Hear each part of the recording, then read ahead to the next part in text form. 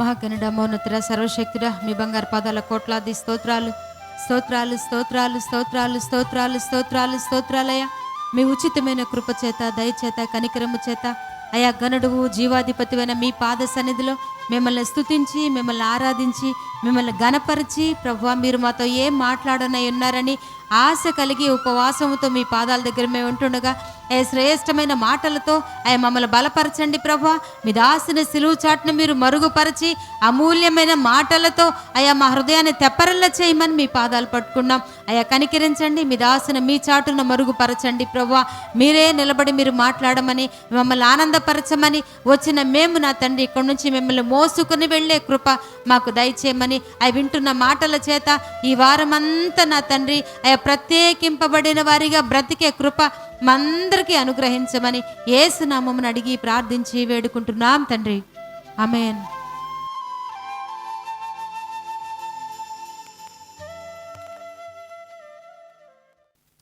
మన ప్రభు అయిన యేసుక్రీస్తు నామం పేరిట ఈ పరిశుద్ధ ఆదివారం ఆయన సంధికి వచ్చినటువంటి మీ అందరికీ నా హృదయపూర్వక వందనాలు చెల్లిస్తున్నాను. దేవునికి స్తోత్రం కలుగునుగాక. హల్లెలూయా.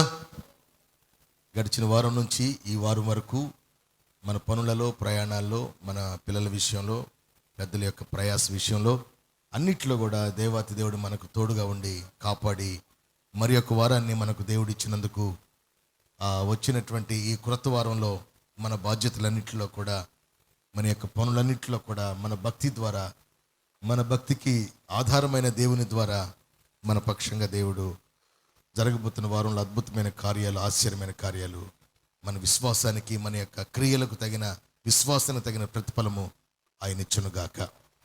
హల్లెలూయా. వాక్యం వింటున్నటువంటి ప్రతి ఒక్కరికి కూడా నా హృదయపూర్వక వందనాలు చెల్లిస్తున్నాను. చక్కటి వాక్యాన్ని ఈ సమయంలో మనం విందాం. దేవునికి స్తోత్రం కలుగునుగాక.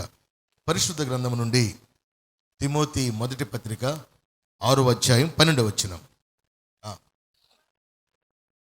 విశ్వాస సంబంధమైన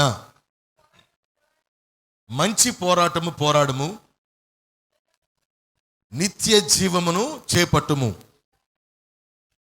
దానిని పొందుటకు నీవు పిలవబడి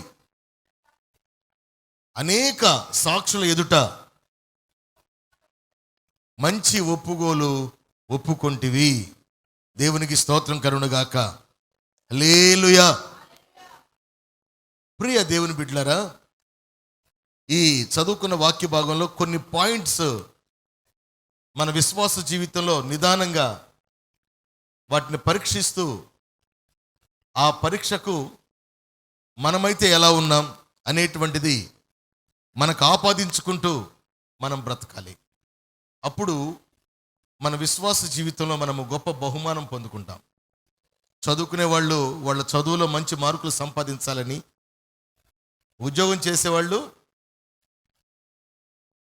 ప్రతి నెల సమృద్ధికరమైన ఉద్యోగంలో శాలరీ తీసుకొని మంచి పేరు తెచ్చుకొని ఇంకా ప్రమోషన్కి వెళ్ళి ఇంకా మంచి శాలరీ తేవాలని, వ్యాపారం చేసుకునే వాళ్ళు వ్యాపారంలో ఎంతో కష్టపడుతున్నాం కనుక తగిన కష్టానికి ప్రతిఫలము నేను పొందాలని, పనులకు వెళ్ళి బ్రతికేటువంటి వారు, చేతి కష్టాయుతం చేసుకుని బ్రతికేటువంటి కష్టజీవులు వారి చేతి కష్టాయుతంలో సమృద్ధిని సంపాదించాలని, అట్లాగే విశ్వాసములో ఉండే విశ్వాసులు కూడా దేవుని ద్వారా, విశ్వాసమునకు కర్త దేవుడు కదా, దేవుని ద్వారా మంచి ప్రతిఫలం పొందాలని ఈ మాటల్లో, ఈ చదువుకున్నటువంటి 6:12 మొదటి తిమోతిలో ఇవన్నీ మనకు గుర్తొస్తాయి. దేవునికి స్తోత్రం కలుగునుగాక. కాబట్టి ఫస్ట్ పాయింట్ ఏంటంటే మంచి పోరాటం అన్నాడు. అంటే పోరాటం 2 రకాలు. మొదటిది మంచి లేని పోరాటం, రెండవది మంచి ఉన్న పోరాటం. ఆమెన్ చెప్పండి. ఇక్కడే మనకు అర్థం అవుతుంది కొంచెం జవాబు. కొంచెం అక్కడ మనకు ఆ మాటలో ఉండేటువంటి అర్థం మనకి ఇక్కడే అర్థమైపోతుంది. పోరాటము, మంచి పోరాటము. ఈ రెండిట్లో మనం విడివిడిగా చదివాం గనక ఏది మనకు మంచిది, ఏది నీకు కావాలి అని ప్రశ్నిస్తే మంచి పోరాటం కావాలని అంటారే కానీ పోరాటం కంటే మంచి పోరాటం మంచిది అని మీరు అంటారు. కాబట్టి విశ్వాస జీవితంలో పోరాటము అనేటువంటిది దేవుని వాక్యపు నీతికి సమానమైంది కాదేమో. మంచి పోరాటం అనేటువంటిది దేవుని యొక్క వాక్యములో ఉండే దేవుని నీతికి సమానమైనది, సరిపోల్చదగినది. కాబట్టి ఇక్కడ మంచి పోరాటం అనేది ఎవరు కలిగి ఉంటారు? మనం ఎన్నుకున్నాం మంచి పోరాటం మంచిది, దేవుని వాక్యానికి దేవుని నీతికి అనుసంధానమైనది అని అనుకుంటున్నాం. ఈ మంచి పోరాటం ఎవరు పోరాడతారు అని అంటే దానికి జవాబుగా విశ్వాసి పోరాడతాడు. హల్లెలూయా. అవిశ్వాసులు మంచి పోరాటం పోరాడలేరు. ఒక అబద్ధికుడు నీతిగా బ్రతకమంటే కొంతకాలం బ్రతుకుతాడేమో, తనకు నీతి అనేటువంటి తన యొక్క జీవితంలో తన యొక్క బ్రతుకులో అది జీర్ణించుకుపోలేదు కనుక కొంతకాలం నీతిగా బ్రతుకుతారు. అబద్ధికుడు కనుక తన యొక్క నార్మల్ స్టేజ్కి మరలా వెళ్ళిపోతాడు. పోరాటం వచ్చినప్పుడు, సమస్య వచ్చినప్పుడు, శోధన వచ్చినప్పుడు అది కొట్టుకుపోయినా మరలా సమాధానపరచబడిన తర్వాత మరలా నేను బ్రతకాలి, మరలా నేను సంపాదించాలి, మరలా నేను నా బ్రతుకును కొనసాగించాలి అనేటువంటి బాధ్యత కలిగి ఉంటుందే కానీ భయపడి ఇక నా జీవితం ఇలా అయిపోయింది అనుకునేటువంటిది మాత్రం కాదు. అది మంచి పోరాటం అంటే అర్థం ఏంటంటే, ప్రియమైన దేవుని బిడ్డలారా, పరిస్థితులు ఎలా ఉన్నా కూడా భూమి మీద, కుటుంబంలో, వ్యాపార శైలిలో, ఆరోగ్యంలో, కుటుంబ వ్యవస్థలో, నీ బాధ్యతల ద్వారా ఎంతో రెక్కలు ముక్కలు చేసుకుని ప్రయాసపడుతున్న ప్రయాస జీవితంలో, కొరతలో, నిందల్లో, అవమానాల్లో నీ యొక్క విశ్వాసం ఎలా ప్రయాణం చేస్తున్నా దానిని బట్టి భయపడకుండా ఎప్పుడైతే నీకు అవకాశం దొరుకుతుందో, నిమ్మళత్వం దొరుకుతుందో, ఎప్పుడైతే నీ ప్రభుతో నీ హృదయాన్ని విప్పి చెప్పుకోవాలనేటువంటి ఆలోచన నీకు కలుగుతుందో అప్పుడు నువ్వు నిశ్శబ్దంగా ఉంటే కుదరదు. నీ ప్రభువుతో నీవు, ప్రభు నా బ్రతుకు ఏంటి, ఈ రోజు ఏంటి, ఈ వారం ఏంటి, ఈ నెల ఏంటి, ఈ సంవత్సరం ఏంటి, నా కుటుంబంలో ఉన్నటువంటి బిడ్డల పరిస్థితి ఏంటి, నా ఆర్థిక వ్యవస్థ ఏంటి, నా యొక్క ఆరోగ్యం ఏంటి, నా యొక్క అభివృద్ధి ఏంటి, నా ఆధ్యాత్మికమైనటువంటి ప్రార్థన ద్వారా నీవు నాకు చేయబోయేది ఏంటి అనేటువంటిది మరలా మనం కలిగి ఉండాలి. అంతటితో మర్చిపోకూడదు. ఈ రోజుల్లో ప్రియమైన దేవుని బిడ్డలారా, ఎవరికైనా ఏదైనా శోధన సమస్య వస్తే ప్రార్థన తగ్గిపోద్ది. ఏంటండి? ఉపవాసం తగ్గిపోద్ది, యథార్థత తగ్గిపోద్ది, నమ్మకత్వం తగ్గిపోద్ది. తగ్గిపోయిన తర్వాత మళ్ళీ సమస్య వస్తే మరలా ఏమన్నా సమస్యలు జయించడానికి ప్రయాసపడేటువంటి వాళ్ళు ఉన్నారంటే ఉన్నారు. ఎంతమంది ఉన్నారు? ఏళ్ల మీద లెక్క పెట్టే వాళ్ళు ఉన్నారు, అందరుగా లేరు. దానికి ఒక చిన్న ఎగ్జాంపుల్ చెప్తాను, ఒక వివరణ మీకు ఇస్తాను. ఇశ్రాయేలీయులు ప్రజలు మోషే నాయకత్వంలో నడిపించబడుతున్న సమయంలో వాళ్ళు ఆకలి అయితే మోషేని అడిగారు. అప్పుడు దేవాదేవుడు మోషే చేసిన ప్రతి ప్రార్థన అంగీకరించి ఆ దేవుడు మోషే ప్రార్థన ద్వారా ఆహారం పంపినప్పుడు ఇశ్రాయేలు తిన్నారు కడుపు నిండా ఆహారం. దప్పికేసింది. ఈ ప్రజలు అందరూ కూడా మోషేని అడిగారు. మోషే ప్రభువుకు ప్రార్థన చేసి అడిగినప్పుడు ప్రభు చెప్పాడు, మోషే నీ చేతిలో ఉన్న కర్రతో ఆ బండను కొట్టాయా అన్నాడు. బండను కొట్టాడు మోషే. కొట్టినప్పుడు రుచికరమైనటువంటి నీళ్లు ఆ బండలో నుంచి వచ్చాయి, ఇశ్రాయేలు తాగారు. హల్లెలూయా. ఇలాంటి దేవుడు మోషే ప్రార్థన ద్వారా చేసే ప్రతి మేలును అనుభవించిన ఇశ్రాయేలీయులు ఈ అనుభవాన్ని బట్టి మోషే ప్రార్థన చేస్తే దేవుడు కార్యం చేశాడు, మేము కూడా మోషే వలె ప్రార్థన చేసి మేము కూడా మా కుటుంబానికి ఒక మోషే వలె ఉంటాం అనుకున్న వాళ్ళు ఒక్కరు కూడా లేరండి. చాలా విచారకరమైన విషయం కదా. దేవునికి స్తోత్రం. ఈ రోజుల్లో ఒక కుటుంబం బాగుంటే ఒక కుటుంబం బాగలేదు. ఈ బాగుండే కుటుంబంలాగా నా కుటుంబం బాగుండాలని అనుకునేటువంటి కుటుంబీకుడుగా ఈ కుటుంబం మారితే రెండు కుటుంబాలు బాగుంటాయి కదా. ఇక్కడ మోషే ప్రార్థన చేసినప్పుడు దేవుడు కార్యం చేసినప్పుడు అంటే ఆ ప్రజలు అర్థం చేసుకోవాల్సింది ఏంటి? దేవునికి మోషే వలె యథార్థమైన హృదయముతో, పవిత్రమైన హృదయముతో, దేవుని యొక్క నీతిని ఎరిగిన హృదయముతో, భయముతో, భక్తితో మనం ఉండి ప్రార్థన చేస్తే మోషే లైఫ్ స్టైల్ వాళ్ళు చూస్తూనే ఉన్నారు ఇశ్రాయేలీయులు. మోషే యొక్క విధానం చూస్తూ ఉన్నారు ఇశ్రాయేలీయులు. మోషే యొక్క భయభక్తులు చూస్తూ ఉన్నారు, మోషే యొక్క క్రమశిక్షణ చూస్తూ ఉన్నారు. వీటన్నిటిని బట్టి మోషే చేసిన ప్రార్థన దేవుడు అంగీకరించి ఆశీర్వాదం పంపాడే. నేను కూడా అలాగుంటే బాగుండు కదా అనుకునేటువంటి ఆ 44 లక్షల మంది యొక్క ఇశ్రాయేలీయుల్లో ఒక్క కుటుంబం లేదండి. విచారం. ఎంతమంది ప్రజలు నడిపించాడు మోషే? 44 లక్షల మంది. చెప్పండి, 44 లక్షల మందిలో విశ్వాసం పల్సనైపోయిందండి. నా ప్రియమైన దేవుని బిడ్డలారా, ఇక్కడ చెప్తున్న వాక్యం ఏంటంటే, మీరు విశ్వాస సంబంధమైనటువంటి వారిగా మంచి పోరాటం పోరాడండి.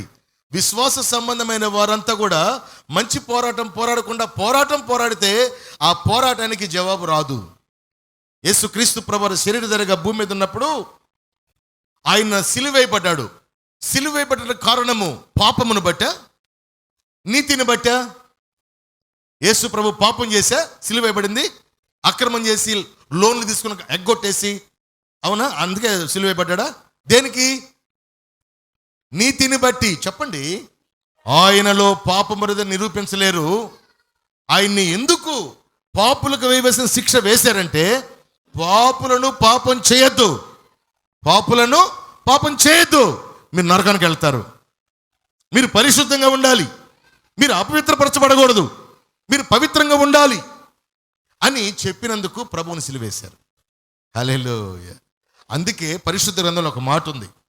ఏంటంటే, మీరు పవిత్రులైన ఎడల, యథార్థవంతులైన ఎడల, పరిశుద్ధులైన ఎడల, మీరు క్రియల యందు నూతన పరచబడిన వారైన ఎడల, లోకము కళ్ళకు పొగ వంటి వారుగాను, పళ్ళకు పులుసు వంటి వారులాగా ఉంటారు.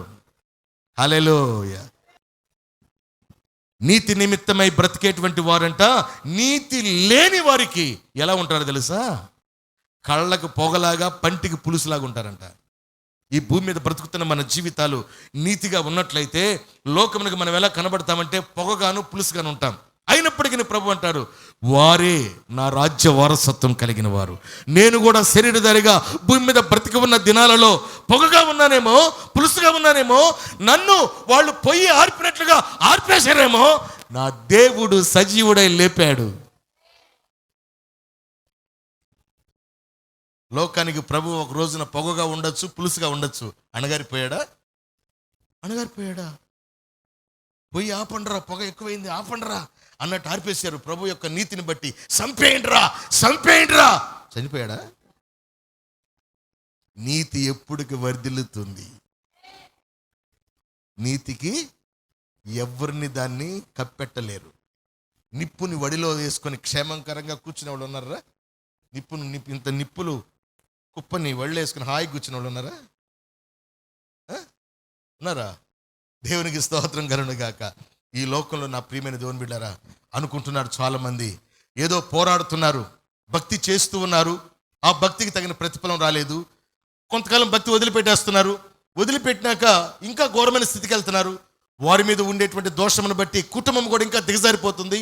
అందుకే ప్రభు చెప్తున్నాడు, మీరు ఈ లోకమును ఎరిగిన వారైతే, మీరు నా నీతిని ఎరిగిన వారైతే, లోకము కావాలా, నీతి కావాలా, మీరు తేల్చుకున్న వాళ్ళైతే మంచి విశ్వాసులై మంచి పోరాడుటకు మీరు నడుం బిగించండి. ఏంటి మంచి పోరాడే విధానం, నడుం బిగించే విధానం ఏంటి? దేవుని చిత్తము కాని వాటిని మనము జరిగించకూడదు. హల్లెలూయా. ఇశ్రాయేలు ప్రజలండి, ఆ రోజుల్లో ఎన్నో అద్భుతాలు మోషే చేస్తుంటే, చేసిన అద్భుతముల ద్వారా మంచి ఆహారము, పూరేళ్ళు తిన్నారు, బండ నుంచి నీళ్లు తాగారు, వాళ్ళ యొక్క వస్త్రము నలగలేదు, వాళ్ళ కంటి చూపు తగ్గలేదు, వాళ్ళ కాళ్ళలో నొప్పులు రాలేదు, వాపు రాలేదు, చెప్పులు అరగలేదంటండి వాళ్ళు ప్రయాణం చేస్తుంటే. దేవుడు అంత అద్భుతం చేస్తుంటే ఏమండి చెప్పులు అరగకుండా ఉంటాయండి? ఏమండి 40 సంవత్సరాలు ప్రయాణం చేశారంటాడు అరణ్యంలో మోషేతో పాటు. మోషేకేమో దేవుడు తోడు, దేవుడేమో మోషేతో ఉన్నాడు. మోషే ఏమో ప్రజలను తీసుకొస్తున్నాడు, 44 లక్షల మంది కాల్బలాన్ని తీసుకొస్తా ఉంటే 40 సంవత్సరాలు ప్రయాణం చేస్తుంటే వాళ్ళు వస్త్రములు పాతకెళ్ళలేదంట. ప్రియ దేవుని బిడ్డలారా, ఇక్కడ పోరాటం అనేటువంటిది అనేక రకాలుగా ఉంటుంది.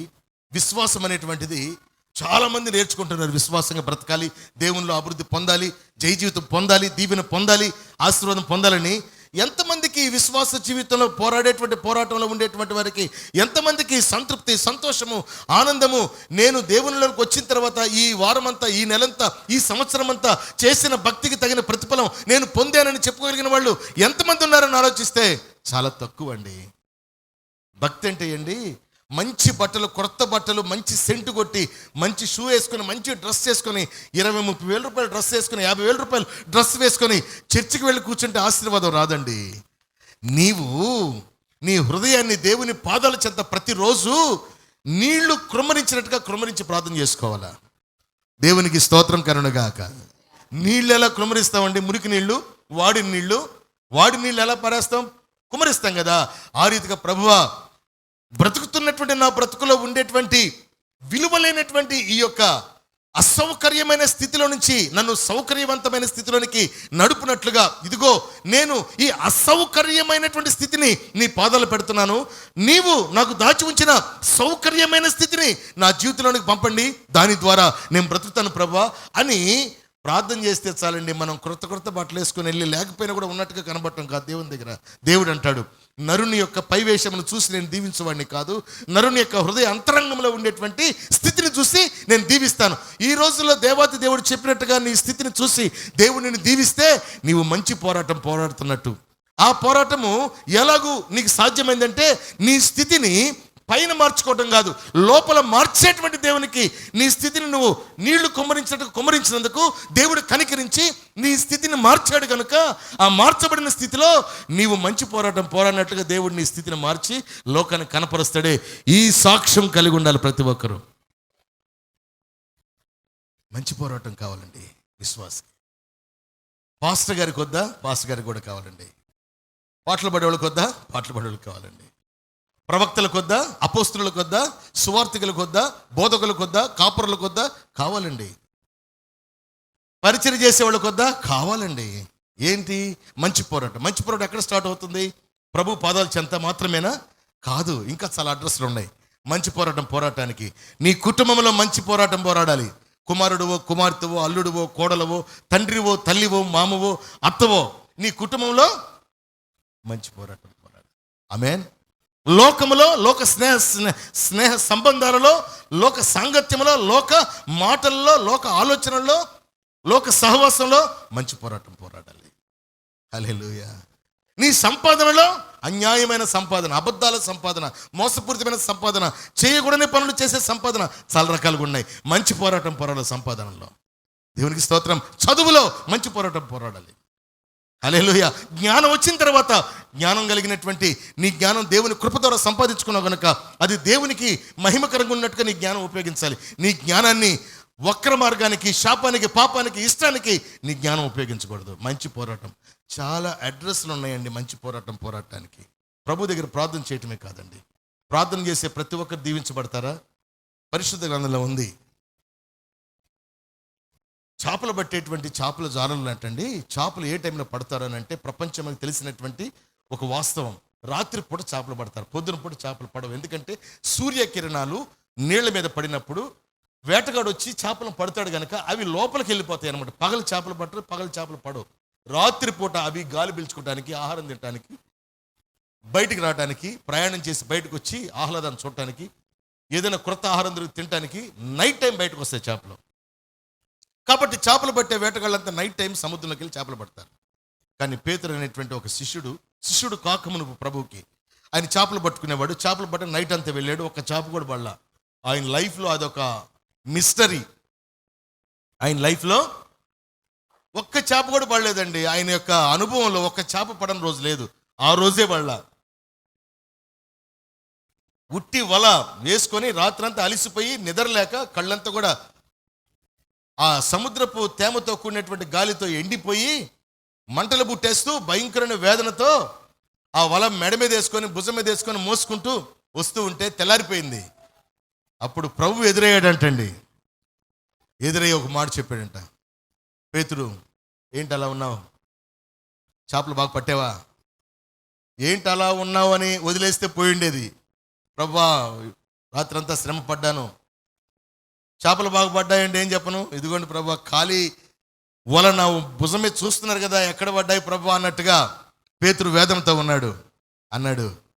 పేతురు నీ వలను తూర్పు తట్టు వేయి అన్నాడంట. ఆమేన్. ఏ టైంలో? పగల టైంలో. ఏ టైంలో? దేవుడు రాత్రి సంబంధే, పగల సంబంధే? దేవుడు రాత్రి సంబంధం కాదు కదా, పగలు చెప్పాడు. చేపలు ఎప్పుడు పడతాయి? పగలు పడితే రాత్రి పడతాయా? రాత్రి పడతాయి. ప్రభు ఏం చెప్పాడు? రాత్రి ఏమన్నాడా, పగలేమన్నాడా? రాత్రి పడలేదు కదా, ఈరోజు రాత్రికి అన్నాడా? ఇప్పుడే ఏమన్నాడు. దేవునికి స్తోత్రం. ఏడైపోయింది, సూర్యుడు వచ్చేసాడు. పేతురుతో ఎవరు ఆ మాట చెప్పలా. ఆయన పుట్టినప్పటి నుంచి, ఆయన చేపలు పట్టే బిజినెస్ స్టార్ట్ చేసినప్పటి నుంచి పగలపూట వల వేయమని ఎవరు చెప్పలా పేతురుకి. పేతురు కూడా ఒక అలవాటు ఉంది, పగలెప్పుడేడు రాత్రే వేస్తాడు, రాత్రే పడతాడు. ఇంకొకటి జరిగింది తన జీవితంలో. గత రాత్రి ఒక చేప పడలా, ఒక్క చేప కూడా పడలేదు గత రాత్రి. ఆయన జీవితంలో ఇంకోటి జరిగింది. పగలపూట ప్రభు ఎదురయ్యి, బోధకుడని తెలుసు, ప్రభు బోధకుడని తెలుసు, అనేకులకు బోధ చేస్తాడని తెలుసు. అయితే పేతురు, నీ యొక్క వల తూర్పు తట్టును వేయి అన్నాడు. ఇప్పుడే వేయమన్నాడు. దేవునికి స్తోత్రం. వెళ్ళాడు, మన నిరాశతో వెళ్ళాడు, అలసటతో, శక్తి లేక ఉన్న కొంచెం శక్తిని కూడగట్టుకొని వెళ్ళాడు, మరి ఆశతో వెళ్ళాడు, ఆత్రంతో వెళ్ళాడు. పెద్ద పెద్ద చేపలు పడతాను ఇప్పుడు అని విశ్వాసం లేదు, తెలియదు కానీ రాయబడలేదు అక్కడ. వెళ్ళెను, వేసెను వల. ఆమేన్. ప్రభువు చెప్పినట్టుగా వెళ్ళెను, వల విసిరెను. ఆమేన్. ప్రభువు చూస్తూ ఉండగానే వల లాగలేకపోయాడంట. వల లాగలేనంతగా అది బరువెక్కిపోయి దాన్ని లాగలేక ఇతర సహాయం తీసుకొని ఆ వలలో ఉండే చేపలను ఎత్తి దీంట్లో వేసుకొని బయటకు వచ్చినాక ప్రభువుకి సాష్టాంగపడి, అయ్యా ఈ పాపిని ఇంతగా దీవించేవే, ఈ పాపిని ఇంతగా నీవు ఆశ్చర్యపరిచేవే, భూమి మీద ఉండేటువంటి మా వ్యాపారానికి జరుగుతున్నటువంటి విధానాన్ని చరిత్ర రాశావు, మార్చావు. నువ్వు చరిత్ర రాసిన నీవు చరిత్ర మార్చేశావు. చేపలు రాత్రులే కదా పట్టడం, పగలు కూడా పట్టొచ్చని రాసిన చరిత్రను మార్చేశావు. చరిత్ర మార్చే దేవుడు. హల్లెలూయా. చరిత్ర మార్చే దేవుడు మన దేవుడు. అప్పుడు పేతురు మరల రాత్రి అయ్యేంతవరకు అమ్మేడంట దాటిని. దేవునికి స్తోత్రం. ఈ పరిశుద్ధ ఆదివారం నీ ఆశీర్వాదాలు కూడా ఇక్కడి నుంచి మోసుకుపోవాలంటే, మోసుకుంటూ నువ్వు నిండుగా నింపబడినటువంటి స్థితిలో నువ్వు బ్రతకాలంటే ఏం చేయాలండి? ఆయన మాట వినాలి. చెప్పండి. ఆయన చిత్తమునకు కట్టుబడాలి. హల్లెలూయా. ఆయన మాట ఇష్టంగా వినాలి. గొప్ప దీవెన ఆయన మాటలో దాగి ఉంది అని వినాలి. ఆ దాగి ఉన్నటువంటి మర్మం నీ జీవితానికి సరిపడా ఘనతను, సరిపడా సమృద్ధిని, సరిపడా నిండైన స్థితిని, నీ విశ్వాసం వ్యర్థం కాలేదు, నీ ప్రార్థన, నీ పోరాటం, నీ దైవత్వం, నీతిమంతుని యొక్క మాటలో ఉన్న శక్తి, ప్రభావం అది కార్యరూపం ధరించిందని చెప్పుకోదగిన విశ్వాసంగా ఉండాలి. దేవునికి స్తోత్రం కలుగుగాక. ప్రియమైన దేవుని బిడ్డలారా, అప్పుడు పేతురు అంటాడు, అయ్యా ఇక నేను చేపలు పట్టినయ్యా నీతోనే ఉంటా అన్నాడు. ఆమె చెప్పండి. హల్లెలూయా. బిజినెస్ కాదు ప్రభా నాకు కావాల్సింది, చేపలు కాదు ప్రభా నాకు కావాల్సింది, ఈ లోకంలో ఘనత, డబ్బు కాదు నాకు కావాల్సింది, నీతో ఉంటానయ్యా. అప్పుడు అన్నాడు ప్రభు, నీకు లోకం మీద ఉండేటువంటి ఆశను తీసివేసాను నేను చేసిన మేలు ద్వారా. ఇక నీవు ఇంకా శ్రేష్టమైన మేలులు లోకంలో ఉన్నాయి, అవి పొందుకుద్దురా అని. పరలోక రాజ్యం ఒకటి ఉంది, భూలోకం ఎప్పటికైనా విడిపోయేదే, విడవబడేదే, భూలోకం ఎప్పటికైనా కూడా విడిచిపెట్టవలసిందే. కనుక ఈ లోకంలో ఎంత సమకూర్చుకునేంత, మనం పేరు ప్రఖ్యాతి సంపాదించిన ఎంత, ఏది సంపాదించినా కూడా ఈ లోకంలో విడిచిపెట్టేదే. విడిచిపెట్టని లోకానికి తీసుకెళ్తాను. అక్కడికి నీలాంటి లోకంలో ఉండేటువంటి లోక సంబంధం కలిగిన మనసు కలిగిన వారిని అక్కడికి చేర్చుటకు నీవు ఒక వల విసురువాడివి కావాలని. ఇక మనుషులు బట్టే జాలరుగా ఉండు, నువ్వు చేపలు బట్టే జాలరుగా నీ జీవితం ఈ రోజు క్లోజ్ అన్నాడు. అంతే. హల్లెలూయా. మన విశ్వాస జీవితం మంచి పోరాటం ఉంటే మంచి ప్రతిఫలం వస్తుందండి. పోరాటం ఏముండి మంచి లేకపోతే పోరాటంలో ఏమొస్తుంది చెప్తారా? ప్రతిఫలం రాదు. ఏంటండి? ప్రతిఫలం రాదు. నీళ్లు కుమ్మరించినట్టుగా మన హృదయాన్ని, మన శోధనల్ని, మన సమస్యల్ని అక్కడ కుమ్మరించాలి. అందుకే ప్రభు వాక్యం సెలవిస్తూ ఉంది, మంచి పోరాటము పోరాడము. తర్వాతమ్మా ఫస్ట్ నుంచి చదువునా, అదే వర్స్ ఫస్ట్ నుంచి చదువమ్మా. విశ్వాస సంబంధమైన అంటే అర్థం ఏంటంటే మంచి పోరాటం అని అర్థం. హల్లెలూయా. విశ్వాస సంబంధమైన మంచి పోరాటం మనకు ఎవరు సమీపంగా ఉండి ప్రతిఫలం ఇస్తారంటే నజరేయుడైన యేసు ఇస్తాడు. విశ్వాస సంబంధమైన విశ్వాసంలో ఉండే విశ్వాసులు మంచి పోరాటం పోరాడకుండా వారికి నచ్చిన రీతిలో పోరాడుతూ ఉంటే అక్కడ ప్రతిఫలం ఉండదండి. ఓకే. విశ్వాస సంబంధమైన పోరాడము, నిత్య జీవమును చేపట్టము, దాన్ని పొందుటకు నీవు పిలువబడి. ఏంటండి? నీవు పిలువబడ్డావు. మనం ఎందుకు పిలువబడ్డామండి అమ్మా? అనేక సాక్షులు ఎదుట అన్నాడు. అనేక సాక్షులు అంటే ఎవరు? చెడ్డ సాక్షులు, మంచి సాక్షులు, అసలు సాక్ష్యమును నమ్మని వారు. ఇంకొకళ్ళు ఉంటారు అసలు సాక్ష్యమును నేల రాసేవాళ్ళు. హల్లెలూయా. చూడండి, ఆ రోజుల్లో ప్రవక్తలు అద్భుతాలు చేశారు కదా. అద్భుతం చేస్తున్న ఎంతమంది ప్రవక్తలు నమ్మారు? నమ్మేవాళ్ళు నమ్మారు, నమ్మని వాళ్ళు నమ్మలా. మరి నమ్మని వాళ్ళు నమ్మకుండా పడిన కారణం ఏంటి? కార్యం జరగలేదా? జరిగింది. నీ కళ్ళతో చూడలేదా? చూసావు. అందరితో చెప్పబడుతుంటే చెవులతో వినలేదా? విన్నావు. మరి ఎందుకు నమ్మం అంతే. ఈ రోజుల్లో మనుషులుగా బ్రతికేటువంటి వారికి, విశ్వాసులుగా బ్రతికేటువంటి వారికి తేడా ఉండాలి. ఈ రోజుల్లో లేదండి. మనుషులకి విశ్వాసులకి సమానం అయిపోయింది. అంటే అడవి మనుషులకి సిటీ మనుషులకి ఏమైపోయింది చెప్పండి? నీకు దేవుడు తెలీదా? తెలుసు. అడవిలో నీ దేవుడు తెలీదా? ఏమో నాకేం తెలుసు. ఇంక వాడికి వీడికి దేవునికి స్తోత్రం కరుణ గాక. ఈ విశ్వాస జీవితంలో మనం ఏంటంటే ప్రియమైన దేవుని బిడ్డారా, దేవుణ్ణి మనం కలిగి ఉన్నాం గనక దేవుని యొక్క సమర్థవంతమైన సామర్థ్యాలను, దేవుని యొక్క మేలులను, దేవుని యొక్క ఆశీర్వాదాలను మనం అనుభవించిన వారిగా మనం ఉంటూ మన అనుభవాన్ని అనేకులకు పంచగలిగేటువంటి వారిగా మనం ఉండాలండి. ఇది పోరాటం అంటారు, విశ్వాసం అంటారు, ఇది పనితనం అంటారు.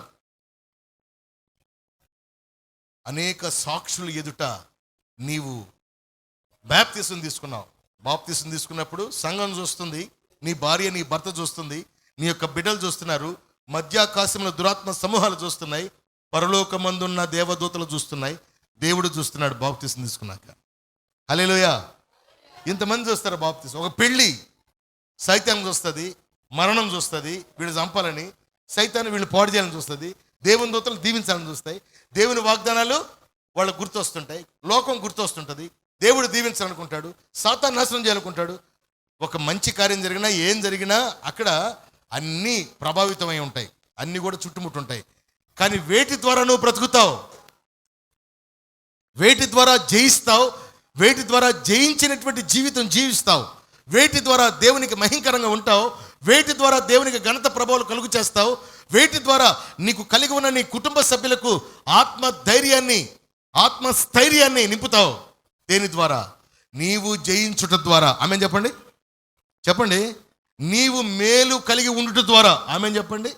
నీవు ఆశీర్వాదకరంగా ఉండుట ద్వారా. ఆమేన్ చెప్పండి. నీవు కలిగి ఉన్నటువంటి దేవునితో నీకున్న సంబంధమును బట్టి దేవుడు నిన్ను కనికరించి నీ స్థితిని ఉన్న స్థితి నుంచి ఉన్నతమైన స్థితికి మార్చేటువంటి దైవ నిర్ణయమును బట్టి నీవు లోకానికి మాదిరిగా ఉంటావు. దేవునికి స్తోత్రం. అంటే అనేక కళ్ళు, అనేకులు నిన్ను చూసి దేవుణ్ణి ఒప్పుకోవాలి. అడవి మనుషులు, మామూలు మనుషులు సమానంలో కాదు, దేవుణ్ణి ఒప్పుకోవాలి. వీళ్ళలో ప్రత్యేకత వేరు అని. దేవునికి స్తోత్రం కలుగును గాక. వీళ్ళలో ప్రత్యేకత వేరని లోకం ఒప్పుకోవాలి. విశ్వాసులైనటువంటి మన విశ్వాస జీవితంలో ప్రతిరోజు పరిశుద్ధ గ్రంథాన్ని మోసుకొని ఆదివారం వస్తున్నామంటే, ప్రతిరోజు కుటుంబంలో కుటుంబ ప్రార్థన కోసం మనము కుటుంబం అంతా ఇంటికి వచ్చేంత వరకు ఎదురు చూసి, పరిస్థితులు ఎలా ఉన్నా, డబ్బు కావాల్సి వచ్చినా, ఉద్యోగం కావాల్సి వచ్చినా, వివాహం కావాల్సి వచ్చినా, ఏ అక్కర్లో ఉన్నా కుటుంబ ప్రార్థన చేసుకుందాం. కుటుంబ ప్రార్థన తర్వాత దేవుడే చూసుకుంటాడు. ఈ వారం మనల్ని ఎలా తృప్తిపరచాలనో, ఈ నెల ఎలా తృప్తిపరచాలనో, ఈ సంవత్సరం ఏ కార్యం చేయాలో ఆయన చూసుకుంటాడు. ముందు కుటుంబ ప్రార్థన. వ్యక్తిగతంగా నీవు వ్యక్తిగతంగా దేవునితో గడుపు. వ్యక్తిగత ప్రార్థన. నీవు రక్తంలో కడగబడ్డావు, ఆయన శరీరం తిని త్రాగుతున్నావు. ఆయన నువ్వు అడుగు, ప్రభువా నీ రక్తంలో కడగబడ్డా, నీ శరీరం తిని త్రాగుతున్నా, అయ్యా ప్రార్థన చేస్తున్న వ్యక్తిగతంగా, ప్రార్థన చేస్తున్న కుటుంబ పరంగా, ప్రార్థన చేస్తున్న సంఘ సహవాసంలో శనివారం, ఆదివారం, ఆయా సమయాల్లో, సందర్భాల్లో నేను నీ వాక్యానికి నా హృదయంలో చోటిస్తున్నా, విశ్వాస జీవితాన్ని విడిచిపెట్టకుండా కాపాడుకుంటున్నా. నా పక్షంగా చేయవలసిన కార్యం ఎందుకు చేయవు ప్రభువా? నాలో ఇంకేంటి కొరత? నన్ను కనికరించవా? నన్ను చూసి ముఖం తిప్పుకుంటున్నావా? నీవే ముఖం తిప్పుకుంటే నన్ను ప్రేమించేవారెవరు? నా కొదువులు కొరతలు తీర్చేవారెవరు అని నువ్వు ప్రభుని అడిగావా? అడుక్కున్న దేవుడు దీవిస్తాడా? ఆదివారం మానేస్తే దీవిస్తాడా? సినిమా చూస్తే, సీరియల్ చూస్తే, అబద్ధం ఆడితే, మోసం చేస్తే, నీ ఇష్ట ప్రకారంగా జీవిస్తే, మరలా ఆదివారం చర్చికి వస్తే దీవిచ్చేస్తాడా? దేవుడికి నీతి లేదా? క్రమం లేదా? హల్లెలూయా. దేవుడు దేవుడై ఉండవలసిన వాడై ఉండగా తన యొక్క స్థితిని ఒక పాపపు మానవాళిని రక్షించడం కొరకు ఆయన పాపపు వేషములో, మాంసములో పాలివాడై భూమి మీదకి వచ్చి మన యొక్క పాపపు, మన యొక్క శపించబడినటువంటి ఆదాము ద్వారా వచ్చిన శాపం, అవ్వ ద్వారా వచ్చిన శాపం, సాతాను ద్వారా వచ్చిన శాపం, ఏదైనా తోటలో శపించబడిన శాపం పోగొట్టుకున్నటకు ఆయన మనలోనికే వచ్చేసాడు. ఇక ఏది కూడా మనలో నివసించకూడదని, మనలో ఆయన లేకపోతే మనం ఈ భూమి మీద బ్రతకలేమని, బట్ట కట్టలేమని, మనలోనికి ఆయన రాకపోతే కంప్లీట్గా మనము భూమి మీద జయించలేమని, మనలోనికి ఆయన రాకపోతే ఈ భూమి మీద దేవునికి ఇష్టమైన బిడ్డలుగా బ్రతకలేమని, మన జీవితం ఒక పక్షిగానే, ఒక జంతువుగానే మట్టి అయిపోతుందని. అట్లా కాదు, వీళ్ళు మరలా మహిమలోనికి రావాలని ఆయన ఏం చేశారంటే ఆదామును అవ్వను ఒంటరిగా ఉంచినట్టు కాకుండా మనలోనికి ప్రవేశించాడు రక్తముతో, శరీరముతో, వాక్యముతో. ఇక అంతకంటే ఏం చేయాలి దేవుడు? అరే నా జీవితంలో నేను మిస్ అయిపోయాను రా దేవుని దీవెన, ఇక నేను దేవుని దీవెన పొందుతాను రా అనేటువంటి తీర్మానానికి ప్రతి బిడ్డ రావాలి. బిగ్గరగా హల్లెలూయా చెప్పండి, బిగ్గరగా చెప్పండి. దేవునికి స్తోత్రం కలుగునుగాక. రైట్, దేవునికి స్తోత్రం. ఇక్కడ ఫస్ట్ పాయింట్ ఏంటంటే ఈ అపోస్తలుడైన పౌలు తిమోతికి రాసినటువంటి మొదటి లేఖలో 6:12 మంచి పోరాటం అంటున్నాడు విశ్వాసిని. పోరాడదామా? ఎలా పోరాడతారు? ప్రభు పాదాల చెంత స్టార్ట్ చేయాలి. నీ కుటుంబంలో ఎన్నైనా ఉన్నాయి, లోకంలో ఎన్నైనా ఉన్నాయి, నీవు ఎలాంటి పరిస్థితిలో చదువుకున్నావా, ఉద్యోగస్తుడువా, వ్యాపారస్తుడువా, ఉద్యోగం లేదా, వ్యాపారం లేదా, చేతి పనులు లేవా, పసి వయసా, శోధన, తల్లిదండ్రులు లేరా, తల్లిదండ్రుల జ్ఞానవంతులు కాదా, నీవు దేవుణ్ణి ఆరాధిస్తున్నావా లేదా, ఆరాధించే దేవుని ద్వారా మేలు పొందేవా లేదా, ఎలాగైనా ఉన్న పరిస్థితి ఈ రోజున. ఇప్పుడు నువ్వు చేయవలసింది ఏంటంటే మంచి పోరాటం పోరాడతాను అనేటువంటి హృదయంతో దేవుని ఎదుట నీ పోరాటాన్ని ప్రారంభిస్తే దేవాతి దేవుడు నిన్ను కాపాడుతాడు. అనేక సాక్షుల ఎదుట ఇదిగో నా సాక్షి ఇతడు అని చూపిస్తాడు. యోబును నాశనం చేయాలని, యోబు అనేటువంటి బైబిల్ భక్తుడిని నాశనం చేయాలని అపవాది కంకణం కట్టుకొని ఫస్ట్ తన యొక్క పనివారంతా కూడా పొలంలో పని చేస్తూ ఉంటే ఒంటెలను చంపేశాడు. వచ్చాడు, దుర్వార్త తెచ్చాడు. ఆ ఒంటెల కాపరి, అయ్యా పొలంలో ఒంటెలను నేను తినిపిస్తూ ఉంటుండగా, ఆహారం మేపిస్తూ ఉంటుండగా, మేత మేస్తూ ఉంటుండగా ఒక్కసారిగా ఎవరో దుండగులు వచ్చి ఒంటెలన్నిటినీ కూడా కొన్నిటిని కొట్టారు, కొన్నిటిని చంపేశారు, కొన్నిటిని తోలుకెళ్ళిపోయారు. నేనేం చేయలేకపోయాను, నన్ను కూడా చంపేస్తారేమోనని ఆ కళ్ళతో చూడలేక భయపడి పారిపోయి వచ్చానయ్యా, భయంకరం జరిగిపోయిందయ్యా అని ఒక చెడు వార్త యోబులో వేస్తే, యోబు కర్ర పట్టుకొని కత్తి పట్టుకొని ఎవడరా వాడు అని పోలీస్ స్టేషన్కి ఫోన్ చేసి, పెద్ద మనుషులకు ఫోన్ చేసి పరిగెత్తలా మోకాళ్ళు వేశాడు. ఏం చేశాడు? మోకాళ్ళు వేసి యెహోవా ఇచ్చిన యెహోవా తీసుకొనెను. యోబుకు 3 కూతుర్లు 7 కొడుకులు. ఎంతమంది అండి? 3 కూతుర్లు 7 కొడుకులు. వీళ్ళ పక్షంగా యోబు ఒక మాట చెప్పాడు, అయ్యా నేనున్నంత కాలం, మీరున్నంత కాలం మనందరికి ఒక న్యాయశాసనం, అదేంటంటే దేవునిది. ఆ దేవుని యొక్క న్యాయశాసనం నేనున్నంత కాలం, మీరున్నంత కాలం కలిగి ఉన్నట్లయితే మీ జీవిత కాలాల్లో అదిగో అంత నాశనం లేకుండా, అంత రోగం లేకుండా, అంత శోధన, సమస్య, దిగులు, వేదన, భయం, ఆందోళన లేకుండా హాయిగా బ్రతుకుతారయ్యా. అదేంటంటే మీ 10 మందిలో ఒక్కొక్క ఇంట్లో మీరందరూ కూడా ఒక్కొక్కరి తరపున మీరందరూ కలిసి ఆరాధించాలి ప్రతిరోజు. ఇప్పుడు ఈ 10 మంది అనుకోండి, 7 మంది వీళ్ళు మగపిల్లలు, 3 ఆడపిల్లలు అనుకోండి. యోబుకి ఆయన పెట్టిన ఉద్దేశం ఏంటంటే రోజుకి ఒకరు మెయింటైన్ చేయాలి ప్రేయరు, మిగతా వాళ్ళందరూ ఆరాధించాలి దేవుణ్ణి. దేవుని గురించి వాళ్ళు ఆరాధించాలి. మా తండ్రికి దేవా, అబ్రహాముకు దేవా, ఇస్సాకు దేవా, ఆదాముకు దేవా, దేవా ఆ రోజు నుంచి నీ యొక్క ఆశీర్వాదం మేము చూస్తున్నాం, ఆ రోజు నుంచి శాపాన్ని చూస్తున్నాం. శాపమునకు నువ్వు కర్తవు కాదు, అపవాది శపిస్తున్నాడు. అపవాదిని దీవెన పొందనివ్వకుండా శాపం వైపు ఆకర్షిస్తూ నీతి వైపు ఆకర్షించనివ్వకుండా మభ్య పెడుతున్నాడు. కాబట్టి మభ్య పెట్టబడినటువంటి అపవాది ద్వారా మా జీవితం శాపపు అనుభవాల్లో పరవళ్ళు తొక్కుతూ కొట్టుకుపోకుండా దేవా ఆశీర్వాదపు అనుభవాల్లో ప్రయాణం చేయనట్లుగా చేయి ప్రభా అని ఒక్కొక్కరు వారి యొక్క ఇళ్లలో, అందరికీ 10 ఇళ్ళు అండి. యోబు బాగా ధనవంతుడు, ఊజు దేశమందు ఉన్నతమైన ధనవంతుడు, చెడుతనము విసర్జించిన వాడు, దేవుడి ఎడల భయభక్తులు కలిగిన వాడు, నీతిమంతుడు, యథార్థవంతుడు. యోబు గురించి రాస్తుంది. ప్రియమైన దేవుని బిడ్డలారా, ఒక్కొక్క ఇంట్లో ఒక్కొక్కరు కలిసి ప్రతిరోజు మీరేం చేయాలి? ప్రార్థన చేసి విందు చేయండి, భోజనం చేయండి. ప్రార్థన చేసి విందు చేయండి, ప్రార్థన చేసి విందు చేయండి ఒక్కొక్కరింట్లో.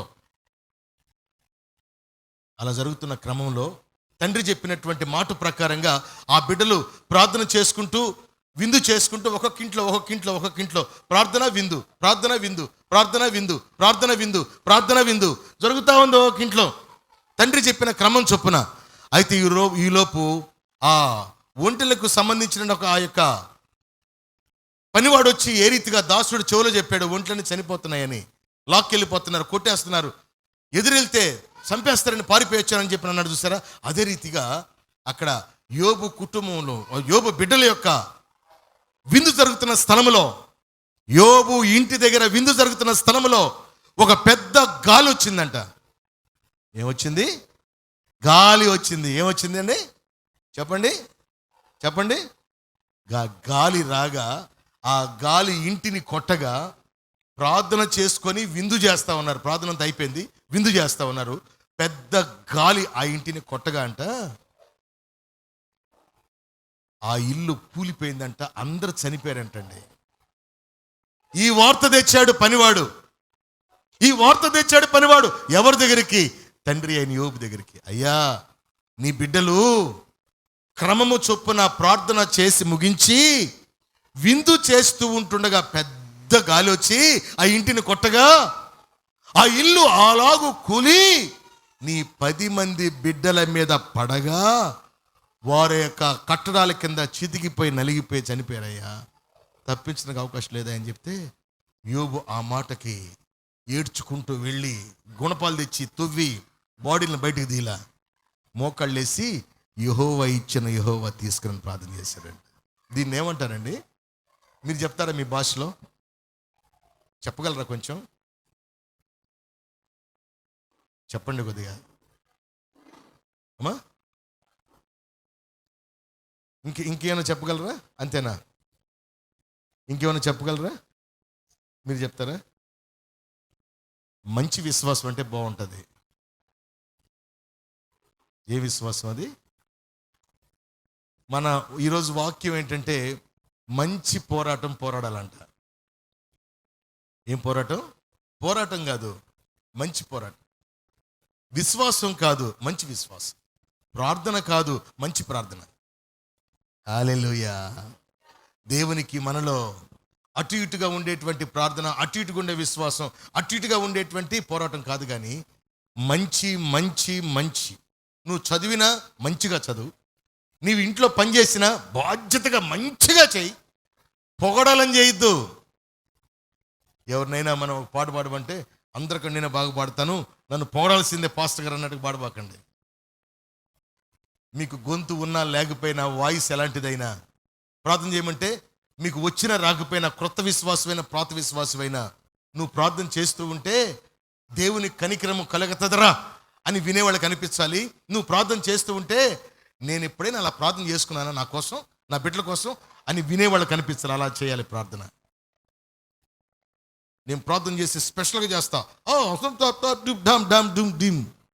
స్పెషల్ ప్రేయర్స్, స్పెషల్ సాంగ్స్ దేవుడికి నచ్చవు.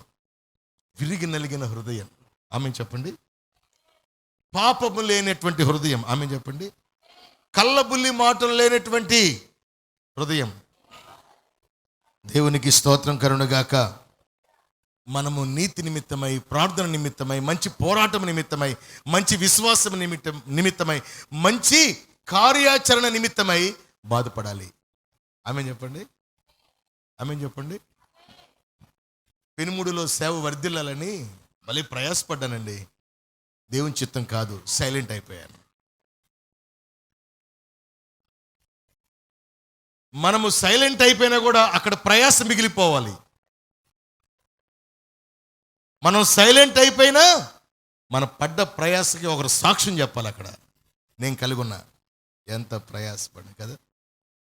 సాక్ష్యం లేదా? మేలు చేయాలని ప్రయాసపడ్డామా, కీడు చేయాలని ప్రయాసపడ్డామా? కీడు చేయాలనా?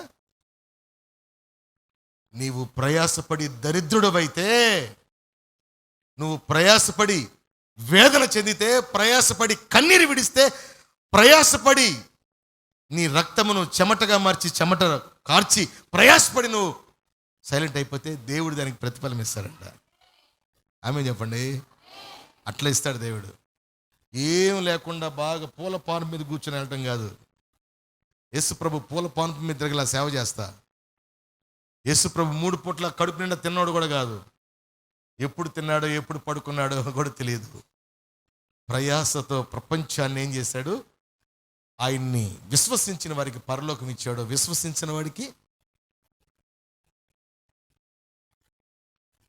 ఇచ్చకములాడు పెదవులు అంటే ఏంటి? ఇచ్చకం అంటే ఏంటండి? బింకములాడి నోరు అంటే ఏంటండి? ప్రార్థన చేస్తారు.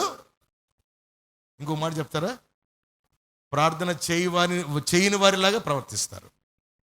యథార్థం మాట్లాడతారు, యథార్థం ఎరుగుంటారు, యథార్థానికి కట్టుబడతారు.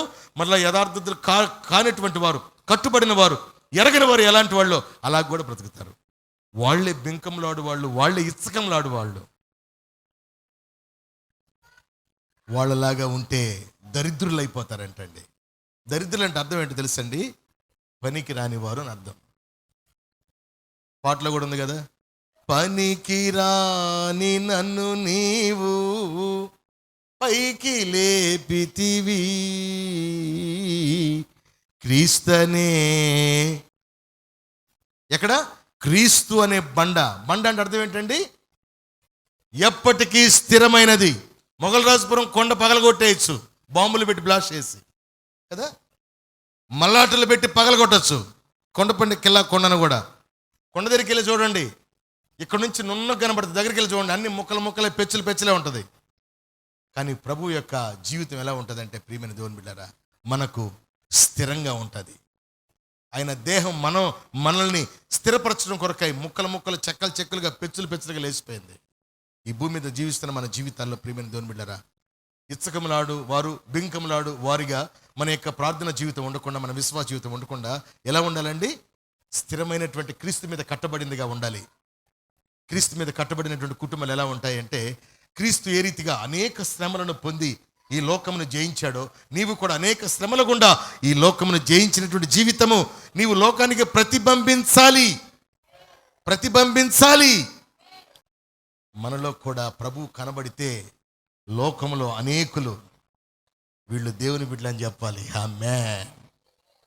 యేసు ప్రభువులో దైవత్వం ప్రతిబింబించింది. అద్భుతాలు జరిగాయి, ఆశ్చర్యాలు జరిగాయి. ఆయన ఉన్న సమయంలో ఆయన్ని వెంబడించిన వారు అద్భుతమైన ఆశ్చర్యమైన కార్యములు చేసి ఆయన వెళ్ళిపోయిన తర్వాత వాళ్ళు మిగిలిపోయినటువంటి శిష్యుల యొక్క జీవితాల్లో అనేక అద్భుతమైన కార్యాలు ప్రభువు ఉన్న సమయం కంటే ఎక్కువగా చేశాడు ఆ శిష్యుల ద్వారా ప్రభు. దేవునికి స్తోత్రం. అదే ప్రతిబింబించడం అంటే. అలాగూ నీవు కూడా మంచి పోరాటం పోరాడితే లోకానికి నీవు ప్రతిబింబిస్తావు. ఆమేన్. మంచి పోరాటం పోరాడితే లోకానికి నువ్వు చెప్పండి ప్రతిబింబిస్తావు. నీలో ఎవరు కనబడతారు? నువ్వు కనబడకూడదు, ప్రభు కనబడాలి. ప్రభు వాక్య నెరవేర్పు కనబడాలి. విశ్వాసం అనున్నది నిరీక్షింపబడు వాటి యొక్క నిజస్వరూపమై ఉన్నది. విశ్వాసం అనున్నది నిరీక్షించబడిన వాటి యొక్క నిజస్వరూపమైనది. హల్లెలూయా, హల్లెలూయా. విశ్వాసం అనేటువంటిది, విశ్వాసించి నేను మంచి వివాహం చేసుకుంటా, మంచి ఇల్లు కట్టుకుంటా, మంచి కారు కొనుక్కుంటా, మంచిగా బ్రతుకుతా, మంచిగా పరలోకం వెళతా అనుకుంటా ఉంటాం కాదండి. పరలోకం వెళ్ళాలంటే ఏం చేయాలి? కారు కొనాలంటే ఏం చేయాలి? ఇల్లు కట్టాలంటే ఏం చేయాలి? అది ఆలోచించాలి ఇప్పుడు మనం. అంతేనా? ఊరికే నేను మంచి ఇల్లు కట్టుకుంటా, మంచి పెళ్లి చేసుకుంటా, అది పరలోకి వెళ్ళిపోతా అనుకుంటే ఇంట్లో కూర్చొని సరిపోదా? ఏం చేయాలి చెప్పండి? నువ్వు గట్టి విశ్వాసం అంటారా? అరే అంటే అన్నావు కానీ ప్రయాసపడిపోరా అంటారు. హల్లెలూయా. ఇప్పుడు మనం ఏం చేయాలండి? ప్రయాసతో కూడిందే ప్రతిఫలం. ప్రయాస అంటే పోరాటం అని రాశాడు ఇక్కడ. మంచి పోరాడము నిత్య జీవం చేపట్టము. ఈ లోకంలో ఉండేటువంటివి బ్రతకటానికి కొరకై దేవుడు సిద్ధపరిచి దాచి ఉంచిన ప్రతి మేలు కూడా దేవుడు నీకు స్వతంత్రింపచేస్తాడు. లోకంలో అనేకులు దేవుని ద్వారా స్వతంత్రింపబడకుండానే లోకంలో ప్రయాసపడి వాళ్ళ ప్రయాస గాలికి చెదరగొట్టబడిందిగా మారిపోయి వాళ్ళు నిరుత్తరులై, అంటే తృప్తి లేని వారై, సాక్ష్యం లేని వారై, ప్రయాసపడినందుకు నేను ఇది చేశాను, సాధించాను అని చెప్పే ఒక సర్టిఫికెట్, ఒక ఆధారం, ఒక సాక్ష్యం, ఒక అనుభవం లేని వారై ఉన్నారే. అలా ఉండద్దు. అది పోరాటం. అది మంచి పోరాటం అయితే స్థిరపడిపోద్ది. బైబిల్లో అబ్రహాం గారు ఉన్నారు. ఆయన మంచి పోరాటమా పిచ్చి పోరాటమా? పిచ్చి పోరాటమా? యోసేపు ఉన్నాడు, పిచ్చి పోరాటం మంచి పోరాటమా? ఎస్తేరు ఉంది, మంచి పోరాటం పిచ్చి పోరాటమా? షడ్రక్ మేషక్ అబేద్నెగోలు ఉన్నారు, పిచ్చి పోరాటం మంచి పోరాటమా? చెప్పండి. దానియేలు ఉన్నాడు, పిచ్చి పోరాటం మంచి పోరాటమా? శిష్యులు ఉన్నారు, పిచ్చి పోరాటం మంచి పోరాటమా? శిష్యుల్లో ఒకడు ఉన్నాడు పిచ్చి పోరాటం కలిగినాడు. ఎవడాడు? అంత దరిద్రుడు లేడు ప్రపంచంలో. ఉరేసుకుంటేనంట ఇస్కరియోతు యోధా చెట్టుకేసుకున్నాడంట, ఊరు బయటికి వెళ్ళి పెద్ద చెట్టుకేసుకున్నాడంట, ఎత్తైన చెట్టుకి కింద పడ్డాడంట. కింద పడితే కాళ్ళు ఇరగాల, లేకపోతే బోర్లు పడితే తలకాయ పగలాల. మనోడు మరణం ఎంత అవమానకరమంటే ప్రపంచం ఎవడాడు చాలా. ఊరేసుకొని ఈ రోజు వరకు చచ్చిపోయినటువంటి వాళ్ళలో ఎవరిని ఇస్త్రీ తీసి మనం చూసినా ఈళ్ళలాగా చావాలా ఎవరు? పొట్ట పగిలి పేగులు బయటకు వచ్చాయంట ఊరేసుకుంటే. ఊరేసుకుంటే కాళ్ళన ఇరగాల, తలకాయన పగలాల కదా. పొట్ట పగిలి పేగులు బయటకు వచ్చాయంట. ఎవరికైనా వచ్చినా ఊరేసుకున్నాడు కట్ట. అంత దరిద్రుడు. ఎవరైనా ఆయన శిష్యుడే. మంచి పోరాటం లేదు, పోరాటం ఉంది. ఏం పోరాటం? యేసు నమ్మాలా, డబ్బులు సంపాదించాలా. యేసు ప్రభుని అడ్డం పెట్టుకోవాలా, డబ్బులు సంపాదించాలా. యేసు ప్రభుని అడ్డం పెట్టుకోవాలా, డబ్బులు సంపాదించాలా. అవునా? దేవునికి స్తోత్రం. ఉరేసుకున్న వాళ్ళు తలకైనా పగలితే కింద పడితే కాళ్ళని ఎరగతాయండి. మరి పొట్ట పగిలి పేగులు పెట్టుకొచ్చిన ఆడొక్కడే ప్రపంచంలో పోరాటం కలిగినోడే కానీ మంచి పోరాటం లేనోడు. ఈ విశ్వాస జీవితంలో మన జీవితాలు విక్రింతల పాలు కాకుండా ఉండాలంటే వ్యక్తిగత జీవితము, కుటుంబ జీవితము, సంఘ సహవాసము, వాక్యానుసారమైనటువంటి దిద్దుబాటు, వాక్యానుసారమైనటువంటి ఆలోచన, వాక్యానుసారమైన సలహా, వాక్యానుసారమైన క్రమశిక్షణ, వాక్యానుసారమైన అనుదిన భక్తి మనం కాపాడుకుంటే నిత్య జీవం నీకు స్వతంత్రం అవుతుంది. భూమి మీద అన్నిటిని ఓడించగలుగుతావు. భూమి మీద ఒక మంచి సాక్షిగా ఉంటావు. నిన్ను బట్టి నీ బిడ్డ తరాలు 1000 తరాలు దీవించబడతాయి. నా తండ్రి లోకంలో ఓడిపోయిన వాడు కాదు, నా తల్లి లోకంలో ఓడిపోయినది కాదు. లోకంలో ఉండే అపవాది యొక్క మోసపూరితమైనటువంటి ఉరవడిలో కొట్టుకుపోయిన తల్లి కాదు నా తల్లి. తండ్రి కొట్టుకుపోయిన తండ్రి కాదు, వాళ్ళు ప్రార్థనా పరులు. ఆమేన్. మంచి పోరాటము పోరాడిన విశ్వాస యోధులు కనుక నాకెంతో చేశారు, గనుక నేను దీన్ని పోగొట్టుకోకూడదు, గనుక నేను అలాగ బ్రతకాలి, గనుక నా బిడ్డలు దీవించబడతారు అనేటువంటి మాదిరి బిడ్డ తరం రావాలి. దాన్ని మంచి పోరాటం అంటారు. ఏమంటారండి? హల్లెలూయా. పాస్టర్ అంటే ఎవరండి? తప్పును ఖండించేవాడే కదా. అప్పుడే మీకు ఘనత కలుగుతుందన్నాడు దేవుడు. దైవజనుడు తప్పును ఖండించాలి, తప్పును సరిదిద్దాలి. వాడే నా ఎదుట బహుమానం పొందేది. వాళ్ళు ఏ పాపంలో ఉన్న దాంట్లో ప్రోత్సహించేవాడు సేవకుడు కాదు, విశ్వాసి కాదు. వాళ్ళంతా పోరాట యోధులు, మంచి పోరాట యోధులు కాదు. ఆమేన్. హల్లెలూయా. తల్లిదండ్రులారా, మీ బిడ్డలు మంచి రీతిలో వర్ధిల్లాలంటే మీ బిడ్డలతో పాటు మీరు మోకాళ్ళు వేయండి. మీరు వేయకుండా వాళ్ళు మోకాళ్ళు వేయరు. లోక పరిస్థితులు మారిపోయినాయి. కాబట్టి తల్లిదండ్రులు మోకాళ్ళు వేసి ప్రార్థన చేయండి. వేగిపోతే ఒకరోజు ఫుడ్ పెట్టకుండా ఇబ్బంది పెట్టండి ఒక పూట. వాళ్ళు తెలుసుకుంటారు దేవుళ్ళు అయితే మన బ్రతుకులు లేవని. మనకొక ప్లాట్ఫామ్ ఉంది, మనకు ఒక ఆధారం ఉంది. అదేంటో తెలుసా? నీతి నియమ ప్రకారంగా బ్రతకవలసిన వారమై ఉన్నాం. కుటుంబంలో కానీ, వ్యాపారంలో, ఉద్యోగంలో, చదువులో, పడకలో, సంపాదనలో, సమర్పణలో, ఆరాధనలో, ప్రయాణంలో, బంధువుల్లో ఒక విధానం కలిగి ఉండాలి మనం. ఎందుకంటే అపవాది ఎప్పటికైనా మనల్ని టార్గెట్ చేస్తాడు, పట్టుకోవాలని, నాశనం చేయాలని. కాబట్టి ఈ విశ్వాస జీవితంలో మంచి పోరాటము పోరాడదుము గాక. దేవుడి వాక్యాన్ని దీవించును గాక. అందరు లేచి నిలబడదాం, ప్రార్థన చేద్దాం.